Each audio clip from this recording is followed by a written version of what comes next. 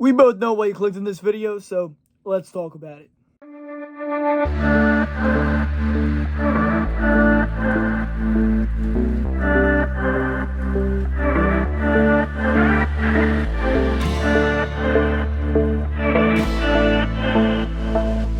Alright, this morning I got up a little bit early, hopped over to Shoreline Antiques and Collectibles, a great shop if you're into comics, vintage toys, all kinds of stuff. Actual antiques. They got a bunch of that, and they do a show out back every once in a while, and this time there's more vendors, bigger, better than ever, and there was good deals. It was, a lot of guys were looking to dump some stuff off at the show. So I'll start off with talking about this, of course, the deal. I got this. I would consider this a dollar bin Grail, because if you look at, like, the guys talking about dollar bin digging, this is the top of everybody's list. Yeah, of course, 181s, Action 1, whatever. I'm not talking about the keys that obviously aren't going to be in dollar bins, and if they are, congrats. But the stuff that legitimately could be overlooked even by a pro. Well, I walk up to this guy's table, and I see underneath his table is a plastic tub of comics, and there's a stack on top. So as I think his wife, girlfriend, or I don't know, if they were for sale, said there was, and he comes over and tells me they're, $1 and up. Some are more, depends on the book, and he said just make a stack. So I did. I go through, and it's a lot of Valiant stuff, and I mean, there's some decent stuff. And in there, I get to the last chunk. I got a couple books. And this was in there. Unbagged and boarded, just chilling in there. Now, it's got some ticks. I'm not complaining. It's still probably... I don't even want to say what I think the value is. It's fairly expensive. It's going on my wall. It's ridiculous. Everybody knows this issue. Alf's holding the poor seal. And this is the one you always go online and see, guys selling a full Alf run, except for this issue because it was recalled and it's tough to find. And of course, I mean, just look at it. But I was the backflip. I was ecstatic. I pulled out the stack. I got 12 books. I asked the guy, what's he want for them? He doesn't even look at them. He just gives $10. I'm like, here you go, bro. Thank you so much. And then he saw this on top of it, and he's like, oh, man, that's a good book. Should have charged you more, like, jokingly. And I was like, oh, man. And look, I will say, this is why I messed up, and I apologize to the guy if he is watching, which I doubt. But I did so a little unprofessional. I turned around, I walked a couple booths over, and ecstatically, I showed off to my buddy, who was also a vendor, what I had bought. And I think he saw my excitement, and I think he might have realized that he might have messed up. I mean, look, either way, I was excited to buy a book. I gave him the money. I gave him his number. It's not like I was like, hey, how about $1? It's like he gave me his number. I gave it to him. You know what I mean? So, but I was a little bit unprofessional of me, I will admit. But, yeah, it's stellar. I was the backflip. I was excited. You know what I mean? This is one of those books that I've looked for forever. Everybody knows this book, except for that guy, I guess. Shout out to him. Thank you. And it's funny. It's not like I was the first guy there either. Like, you know what I mean? I didn't get there that early. So, I didn't even really get there early at all, for being honest. So, the fact that this was still underneath the table, unlooked, I think a lot of people overlooked it, and it just happened to be. Now, there's other cool books in there. It wasn't the only cool book. I put some stuff back, in my head. I'm like, you know what? I found the best book. I'm going to leave a little bit Easter eggs for the other fellow hunters. Someone's got to go find it. But we got Spider-Man 101, of course, that awesome cover. X-Men 176, little minor key for the X-Men. Ultraman number 2 by Nemesis. I always do the kaiju stuff, easy buys for me. Spectacular Spider-Man number 13, first appearance of Razorback, I believe it's his first appearance. We got both Moon Knight issues, we got 22, their first crossover, and then, what is that? Sorry about that. And then 23. I have too many books in this room, I gotta clean up a little bit. And of course, I picked the color issues, 21, and also Scorpion issue, 20, just caught my eye. And then we've got a Plastic Man number 15, just because I love this old Plastic Man run. Continued from when it restarted the Silver Age. Batman number 429, last part of Death of the Family. And Spider-Man number 50, the last issue in the run. Nice little minor key there, the photo cover. It's a nice, not expensive book, but it's worth a couple bucks. So, for $10, I am ecstatic, even if... And I walked away, this is my first buy, and I was like, if I buy nothing else, chef's kiss. If I buy nothing else, it doesn't even matter. It doesn't even matter. So I was going through the last video I did about the collection I picked up, and I was looking at this Blue Beetle thing, and I showed it quickly, but I didn't realize Paris Cullins, the artist for the Blue Beetle series, on this little card, has a little head sketch of Blue Beetle right there. So he signed it. So that's kind of cool, kind of neat. But I did pick up some other stuff. Are these all of them? 1, 2, 3, 4.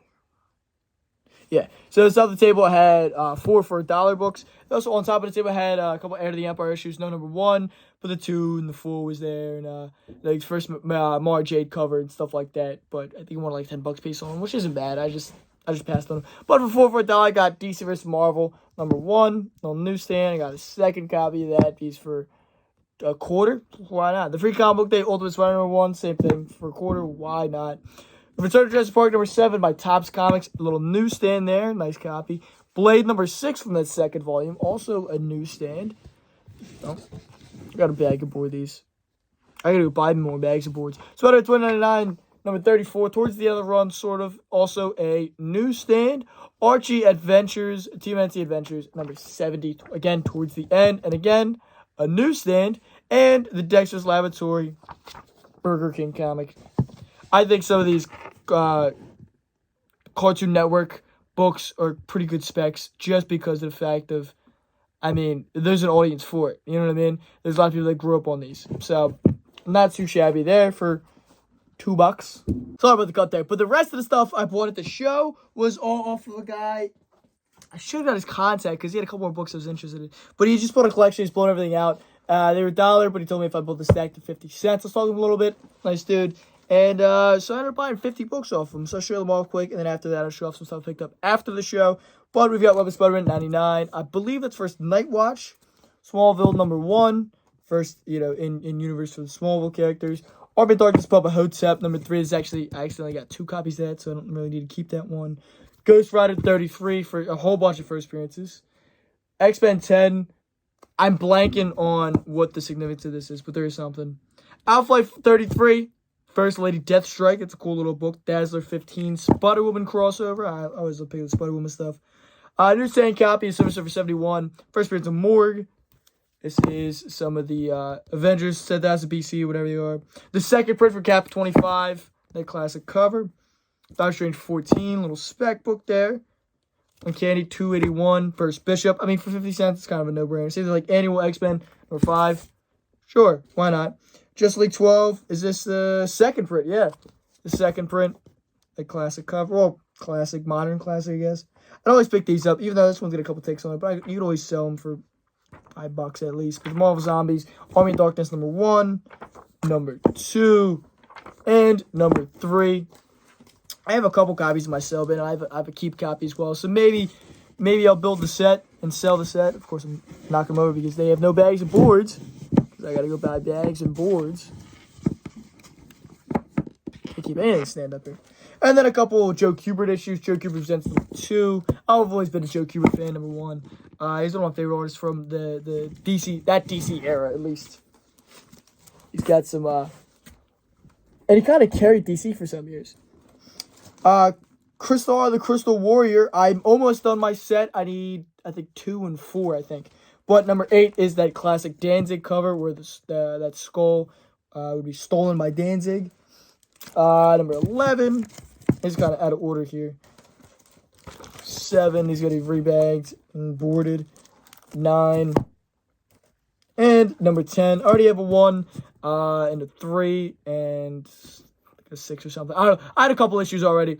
I like the Nightcrawler cover. I think it's 6 or whatever. I think a 5. But I know I need 2 and 4 now to make that easy. And then he had a bunch of Army of Darkness issues. And for 50 cents, I'm a big horror fan, so why not? Oh, I forgot about this. I picked this up off my buddy Hobby. Batman vs. Robin. Or Batman vs. Ra's al Ghul, excuse me. Number 1. I just need issue 6 now, and I need the variant number 1. I have all that. I'm a big Neil Adams guy. He's got Neil Adams covers, knows interior, Neil Adams writing. So why not 50 for whatever, $2 or $3, whatever I paid. Finish at the run. Army of Darkness number 6. So I'm just gonna speed run this. Number 7, number 5. And there's a bunch of Army of Darkness runs. This one I actually don't have a lot of, so and I think he had more issues that I need, but I capped it off at 50 to make it easy. 1, 2, 4, 8, 9, and Ash Saves Obama, #1 variant cover. And then I'm sorry, I'm trying to get these in order here. And then the last couple I had was Army of Darkness #3. And then I realized on the back was 13. So that was cool. And then Evil Dead 2 Revenge of Hitler. One shot. Why not? Was it SGF? I think the company did these. SGP. Some of those are kind of tough to find. And then Army of Darkness Bubba Hotep #1. #2. Keep copy #3. #3 variant. #4. So I believe that's the full run there. So I'll give that a read. I've always been a big horror fan. So, and Sam Raimi's probably my favorite director, at least the top 3. I just love his sense of direction, his camera style, and everything about Sam Raimi I've always loved. So, of course, I'm gonna pick up the Army of Darkness stuff, because why not? And then he had some of the Bionic Man stuff, $6 Million Man, really, if you ask me. So they've got these awesome Alex Ross covers. I think I have a variant here that's not Ross, like that's not Ross. But most of these are, like that's pretty stellar. I'd love to get Bigfoot in the $6 Million Man. There's another variant that's not Ross, but that's a great series to collect. And then also Bubba Hotep, 1, 2, 3, 4, and 5 makes 50 books. Not too shabby for $25. Some personal stuff, some books that I'll flip. Some cool stuff, some stuff I'll read, some stuff I'll put in a box and forget about. It's kind of how it goes. Then I picked up a couple of horror magazines off of my buddy. Oh, this Planet Comics trade. This thing's awesome. Reprint some classic Planet Comics. I want to get the version of this, but it's all the Heap Stories, PS art books. But there's a solid in here. Of course, I'm not gonna find it out. I love to get most of these. I love these Golden Age stories. Like I love the Black Cat one and stuff like that. But there's a Heap one right in the top there. I don't know if you can see it too well, but I would love to snag that for sure. The Great Book of Movie Monsters, Jan Stacy and Ryder Silverstein. I don't know, but it's then also Mole People, techno color version. I got a big Mole People display behind me. Half a shelf is all Mole People stuff, but there's some awesome, behind the scenes and stills and like check that out. I jumped into a page that's awesome from Time Machine, behind the scenes photo. That's awesome. So I'm gonna read that one, maybe not cover to cover, but I'm gonna read a lot of it. And then Giant Movie Monsters. Now the cover might be not look that enticing. Then you open it up, and it's great stuff like that. So looking forward to thumb through those.